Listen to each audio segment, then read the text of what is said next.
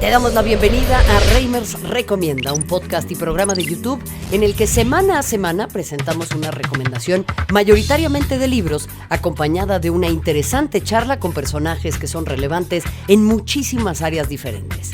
¿Te dijo algo después? ¿Se enojó? ¿Qué te dijeron los demás? Porque yo soy como más insegura que tú en ese sentido y de repente es como de ¡ay, qué mal viaje! ¡Ya me metí en un pedote! Mi nombre es Marion Reimers. Soy periodista deportiva, pero también me encantan la literatura, el cine, la música y las series.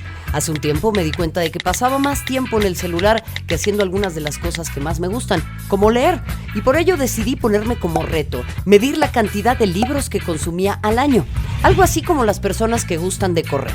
En vez de hablar de la cantidad de veces que corren, hablan de la distancia, y la idea aquí es que hagas algo parecido. No importa la cantidad de libros que has leído, sino los centímetros que han ido sumando sus páginas y que mediremos al final del año, y con todas esas distancias sumaremos para una acción transformadora o una buena causa. Gracias por acompañarme a mí y a las personas que invitamos a este espacio. ¿Cómo están? Qué bueno que están en este espacio. Vamos a hablar una vez más de libros. Si ustedes no están viendo el video, estoy acompañada por la gran Amy Winehouse el día de hoy para hablar de un personaje que, híjole, a mí me emocionó muchísimo aprender sobre su vida, aprender sobre su legado. Yo no sé si ustedes se han preguntado cómo es que hay que interpretar el derecho, cómo es que hay que interpretar la ley. Y espérense, no se vayan, porque ya sé que suena de hueva, pero créanme que esto puede ser algo muy interesante. El derecho se tendría que interpretar acorde al contexto en el que se escribió o al contexto en el que se ejecutan o se llevan a cabo, se cuidan y perpetúan estas leyes. Si me están escuchando abogades, sí, está bien, o sea, mándenme sus términos técnicos y demás, pero yo lo que quiero llegar es a un punto que me parece mucho más amplio y mucho más interesante, y es que desafortunadamente la semana pasada falleció una de las mujeres que cambió el ecosistema legal en el mundo, en Estados Unidos en concreto, pero creo que eso ha tenido efectos alrededor del mundo, lógicamente por el país que es y por la influencia que tiene, y esta es Ruth Bader Ginsburg, jueza de la Suprema Corte de los Estados Unidos, quien se aferró a la vida lo más que pudo después de haber presentado varias veces, desafortunadamente para su caso, cáncer. Se enfermó en varias ocasiones y Ruth Bader Ginsburg fue nombrada jueza de la Suprema Corte de Justicia de los Estados Unidos en la administración de Bill Clinton. Si quieren leer más sobre ella, hay un montón de artículos a últimas fechas que han salido, y la verdad es que yo el año pasado leí un libro de ella que se llama Mis propias palabras o My Own Words, redactado también por compañeras suyas y por exalumnas suyas, Mary Hartnett y Wendy H. Williams.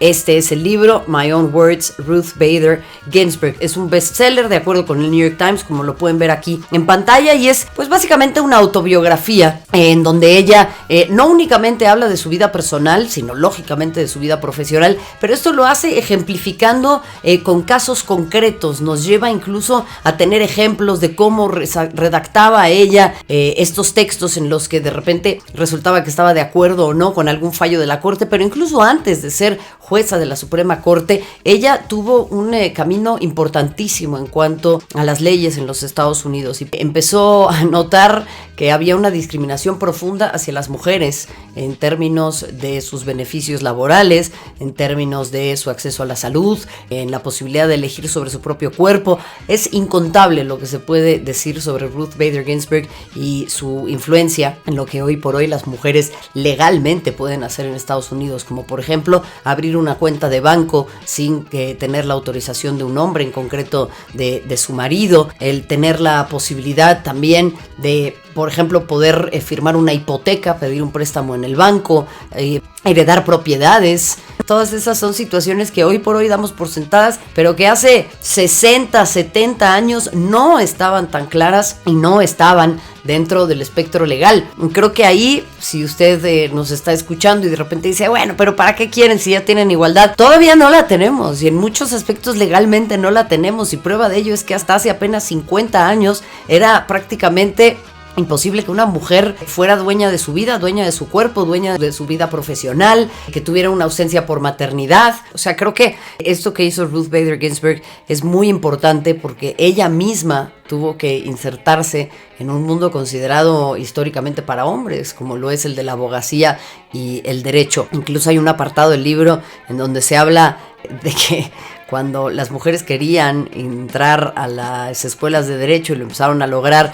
y los hombres se quejaban, un profesor les dijo, no se preocupen, las mujeres no son nada más que hombres en miniatura, son como hombres menores, hombres pequeños. Y eso nos habla del pensamiento de la época y de todo lo que tuvo que hacer Ruth Bader Ginsburg en contra de estas concepciones. Pero lo interesante fue que ella, cuando todavía ejercía como abogada, bueno, pues empezó a trabajar en distintos casos de discriminación. Y lo interesante de esto fue que se los echaron para atrás, se los echaron para atrás, se los echaron para atrás, porque lógicamente la Suprema Corte también estaba pues toda llena de hombres. En algún punto ella nota que hay un caso de discriminación por género porque va en contra de un hombre. Entonces aparece con ese caso y poco a poco ya había generado ella un paisaje legal con ciertos casos, con ciertas apelaciones, con muchas situaciones previas, con precedentes, que generó que finalmente, bueno, pues lograra que esta apelación fuera favorable. ¿Qué más hizo Ruth Bader Ginsburg? Bueno, en su época también se aprobó el Title IX, que es una ley que sigue siendo uno de mis grandes sueños, podamos tener algo parecido en México, que es lo que hoy por hoy ha logrado que la selección femenil de Estados Unidos, la WNBA, el deporte femenil, el deporte colegial en general en Estados Unidos sean tan poderosos. Y eso es porque, acorde con el Title IX, no se puede discriminar en cuanto al financiamiento para programas de deporte, arte o música en las universidades por cuestiones de género. Eso terminó por impulsar mucho el deporte. Se habla siempre de Title IX en torno al deporte, pero bueno, esto tuvo un efecto en muchos otros programas. Lo que pasa es que lo más evidente fue en ese sentido, y hoy por hoy hay un porcentaje que creo que es algo así como 1000 veces mayor, literal 1000 veces mayor en los Estados Unidos, de niñas y de mujeres y de jóvenes que juegan fútbol gracias a que tuvo entrada Title IX también en la época de Ruth Bader Ginsburg. Así que este libro a mí me enseñó mucho sobre su carrera, sobre su vida, sobre la importancia de también entender el derecho, de entender cómo tenemos que insertarnos en estas conversaciones y no simplemente dar por hecho lo que está sucediendo. Y eso, el dar por hecho lo que está sucediendo, se llaman privilegios. El otro día leía también una frase muy interesante que decía que si tus derechos básicos no han sido rechazados por la Suprema Corte de Justicia en un caso, es porque gozas de mucho privilegio. Y yo creo que ese es el caso de muchos de nosotros o de muchas de nosotras. Hay gente que se sigue enojando por el lenguaje inclusivo y que seguramente en este momento le va a cambiar porque son incapaces de sacrificar una letra de su vocabulario por otras personas que toda su vida han sido sometidas. Bueno, pues eventualmente también tendremos a nuestras Ruth Bader Ginsburgs que pelean, aunque sea por esa clase de cosas que a ustedes les pueden parecer nimiedades. Volviendo al punto de esta extraordinaria mujer, de esta gran figura, no únicamente de las leyes, sino también de la política estadounidense, porque al final ella quiso aferrarse a la vida justamente para no lograr o para no darle vía libre a Donald Trump para poder elegir una nueva figura al interior de la Suprema Corte de los Estados Unidos.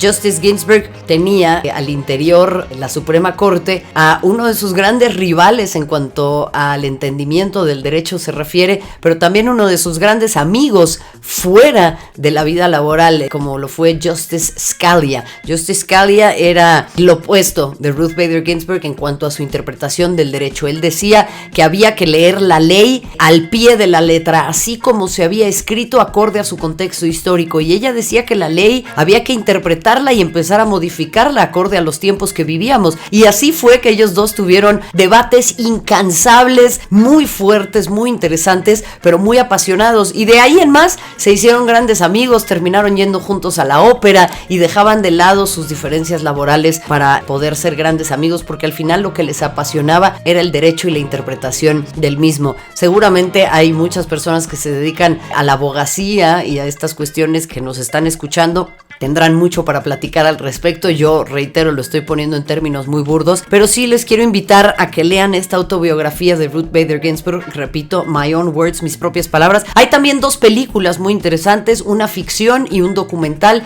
que seguramente las pueden encontrar en Netflix o en otras plataformas, que hablan justamente de la vida de Ruth Bader Ginsburg, a quien el día de hoy homenajeamos, a quien el día de hoy agradecemos. Y desde este espacio, bueno, ustedes dirán, pues ¿para qué le agradeces a una jueza gringa? No, yo creo que eso termina por marcar la pauta de lo que sucede en muchos otros países, e independientemente de cómo esté articulado el aspecto constitucional y legal de cada una de las regiones en las que podamos habitar. Creo que es muy importante y muy valiente tener una mujer que haya luchado por tantos y tantos derechos y que finalmente ha sido también una de las precursoras en cuanto a la lucha por nuestra posibilidad de decidir sobre nuestros cuerpos, porque ahora estamos peleando por la despenalización del aborto, pero antes había un montón de otras cuestiones en donde las mujeres no podíamos elegir. Y si ustedes acá ya también le quieren apagar porque son antiderechos, yo invitaría a que se cuestionen y se acerquen a las víctimas de violación, por ejemplo, o a las mujeres que simplemente no tienen acceso a métodos anticonceptivos, que van y se practican abortos clandestinos porque sus maridos quieren seguir teniendo hijos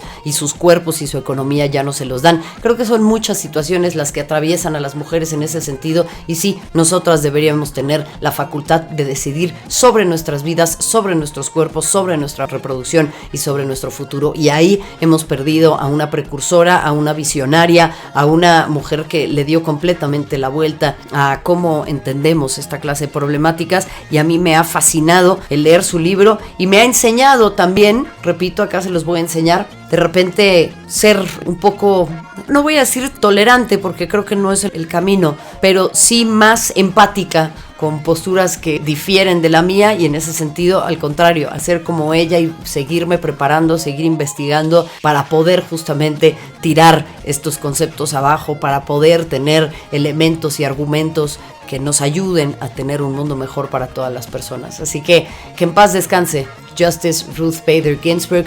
Yo desde acá les mando un muy fuerte abrazo, gracias nuevamente, y participen en nuestras dinámicas porque esta semana tenemos un librazo para regalar justamente en medio de las elecciones que se estarán dando próximamente en Estados Unidos. Fire and Fury, o Fuego y Furia, de Michael Wolff, un libro que también me aventé yo en audiolibro, que habla de la llegada de Donald Trump a la Casa Blanca, de cómo él no se imaginaba que iba a ganar esa elección, de cómo en realidad solamente se había posicionado para que sus negocios fueran más prósperos, y incluso su propia esposa le dice, no, a ver, yo no quiero esto, le da un ataque, casi de una crisis nerviosa, de decir, yo no quiero ser primera dama, y de todo lo que significó, como Steve Bannon también tuvo un papel preponderante, qué es lo que pasa con Jared Kushner, qué es lo que pasa con su propia hija, en fin, muchos elementos a tomar en cuenta, así que no se pierdan ese libro que les estaremos regalando en la medida en la que ustedes también sigan sumando centilibros en este reto. Nos vemos a la próxima, pásenlo bien, un beso.